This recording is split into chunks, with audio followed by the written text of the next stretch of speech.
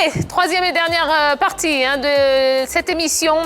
On est en direct jusqu'à 22 h et il nous reste encore à parler de la Ligue Europa. Les quarts de finale, eh bien, c'était tout à l'heure et on va vous donner tous les résultats. Et Dorgelès Kofi est avec nous sur le plateau. Tiens, on va commencer avec ce match-là. Ajax contre l'AS Roma, bien sûr. 2-1 pour l'AS Rome. C'est d'abord l'équipe de l'Ajax qui a marqué en premier avec le but de Klaassen. Et puis, on a eu Pellegrini sur un coup franc qui a donné l'égalisation. Puis, Ibanez a donné la victoire à cette équipe de l'AS Roma. Deuxième match, Nicolas Pepe contre Ibrahim Traoré. Arsenal a été accroché à domicile contre le Slavia Prague de Deli Simon qui était malade aujourd'hui. Un but partout.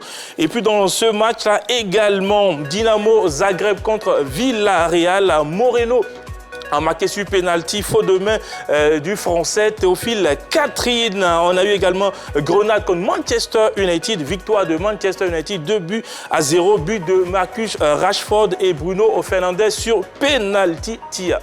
D'accord, allez, on va reprendre rencontre par rencontre et on va dire un petit mot quand même, on a quelques minutes pour le faire.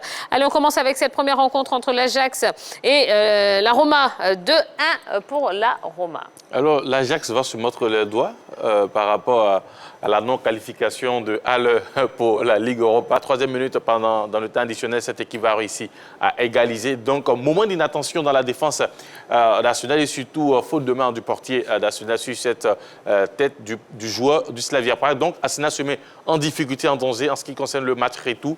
Et il va falloir vraiment aller se battre du côté du Slavia pour avoir sa qualification.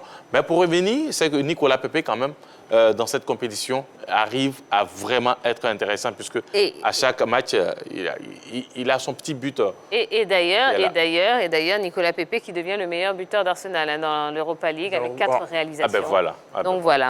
Allez, on parle maintenant du Dynamo Zagreb qui a perdu face à Villarreal 1-0. C'est une victoire, ça montre que quand même le Dynamo Zagreb n'a pas usurpé sa qualification. Arbitre international. Merci beaucoup.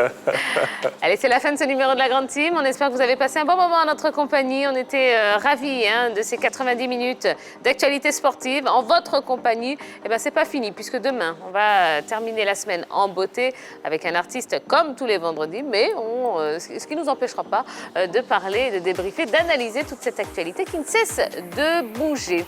Allez, en attendant, on vous souhaite de passer une excellente soirée.